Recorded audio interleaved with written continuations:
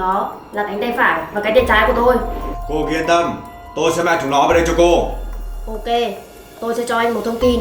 Hôm nay bọn Eagle sẽ thay đổi địa điểm giam giữ. Cô có biết địa điểm bọn chúng thay đổi ở đâu không? Bọn chúng sẽ chuyển từ nhà giam đến căn cứ của bọn Eagle. Được rồi, tôi sẽ đến đó và mang người của cô về đây. Nếu được, anh hãy giết luôn bọn Eagle. Thì số tiền mà chúng ta đã thỏa thuận, tôi sẽ tăng lên cho anh gấp đôi. Ok, giết người là nghề của tôi. Chỉ cần có tiền, tôi sẽ làm tất cả. Ok, anh đi đi. Chào cô.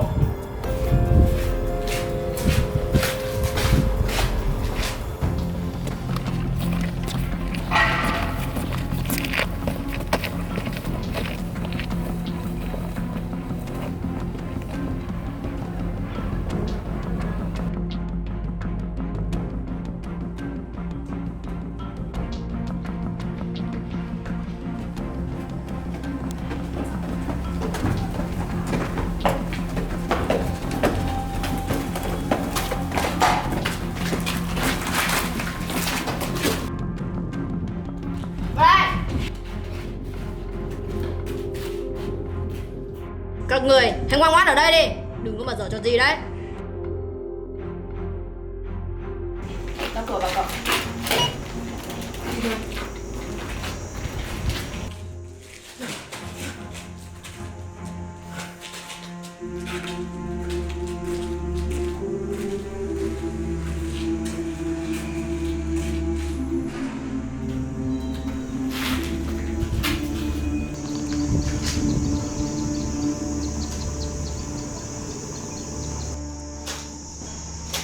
Chúng ta không có cách nào thoát khỏi đây rồi.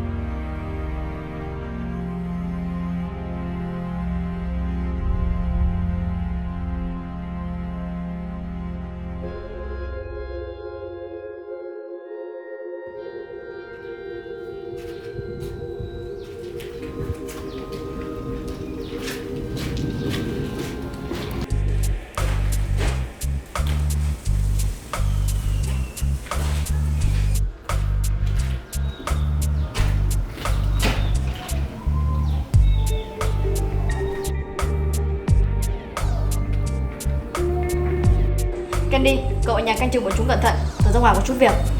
Cậu đi đi.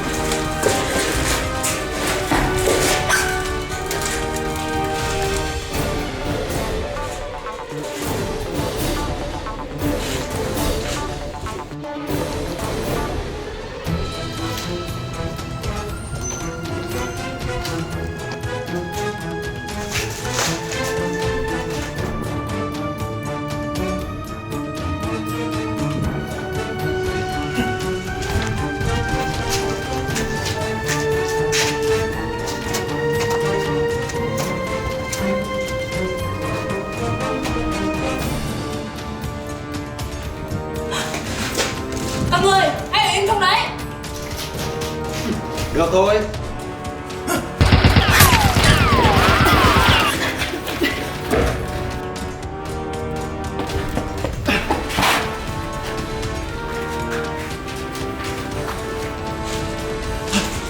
Hey, tao trong này. Hãy mở cửa cho bọn tao. Ok.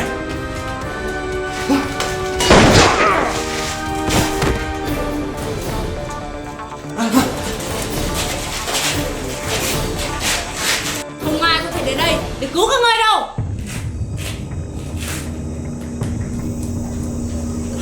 Tao ở đây.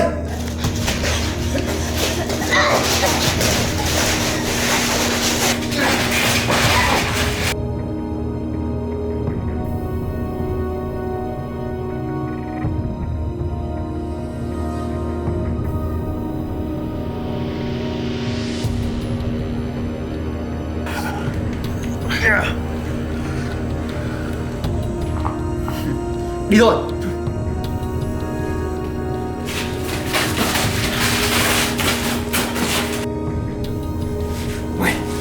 Mày đi gì đi.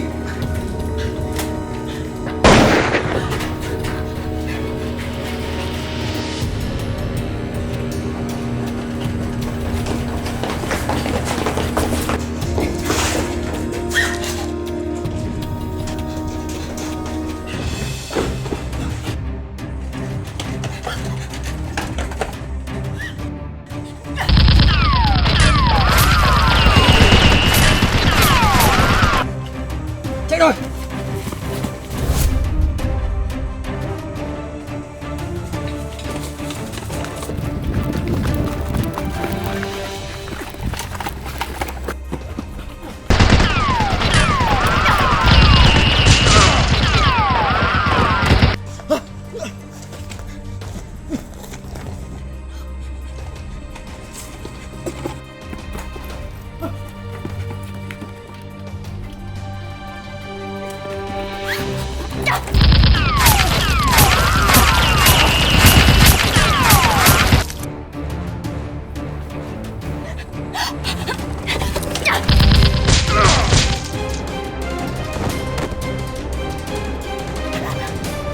Cái đi.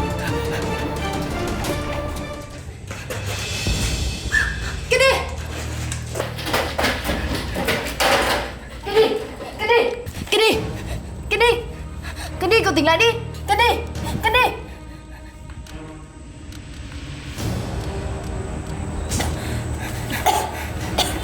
Cái đi. May quá, cậu tỉnh lại rồi. Bọn chúng đâu rồi? Bọn chúng đã tìm cách trốn thoát nhưng đã bị tớ tiêu diệt hết rồi. Vậy thì tốt rồi. Tớ đưa cậu xuống phòng nghỉ ngơi nhé.